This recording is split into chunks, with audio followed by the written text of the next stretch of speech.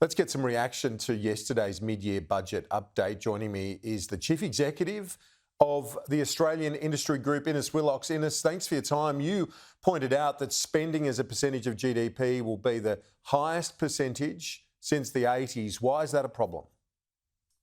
Well, afternoon, Kieran. Well, I think there's almost universal anxiety amongst business and amongst economists that government spending is very much on the up. And, we've seen in the past year 85% of the jobs that have been created in Australia have either been directly by government through hiring of public servants or government-funded jobs, healthcare, disability, childcare, those sort of sectors.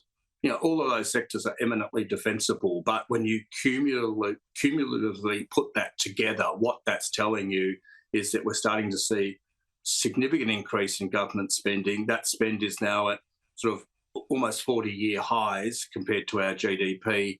That starts to crowd out the private sector, and it starts to really push inflation, interest rate pressures up again, and that's what we've seen through the past year. So, the government is able to make those decisions, but they also need to make choices around where they spend, and that's the concern that we have, is that spending that government is doing, federal and state, is pushing against what the Reserve Bank is trying to do to get inflation and interest rates down. So has the government approach to this point been misplaced? The Treasurer would argue that given the anemic growth in the economy, the fact that we have any growth is due to that public sector. Well, that is right, and that's part of the problem, that our economy is being driven totally by government spend at the moment because the circumstances and conditions aren't right for private sector investment and private sector growth. You saw in the latest GDP numbers, Kieran, that the private sector has gone backwards again, and if it wasn't for that government spending, we would have been contraction. So you can have an argument about where the focus should be on the supply side or on the demand side, and we would argue that the focus really has to shift, and the Treasurer has conceded this in recent days, that more has got to be done to help create the circumstances for the private sector to grow, to start to hire again and to become even more competitive. We've got this huge productivity problem in the country, and spending it on government services, which are pretty much non-productive in the economic sense, is not going to help our productivity malaise.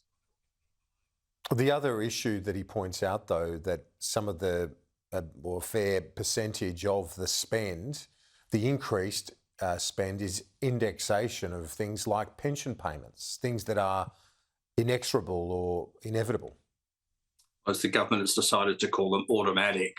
Look, that's part of an issue that governments have to deal with, and all businesses have to deal with that too when they're working through their budgets and their bottom lines. There are expectations around increases linked to CPI and the like. So government's no different to the private sector there. So that's not news. That's not something that's just happened overnight. That's been in the works for a very long time and been well known.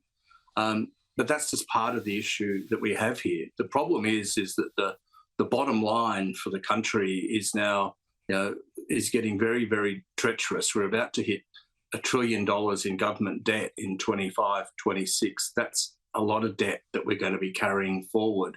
And at some point, we're going to have to find a way to start cutting into that, getting that debt down, so that we can keep our economy afloat. The problem is, Kieran, that we're moving more and more towards a government-supported economy rather than a private sector economy, and the private sector is where you get the drive, the competition, the innovation and the growth.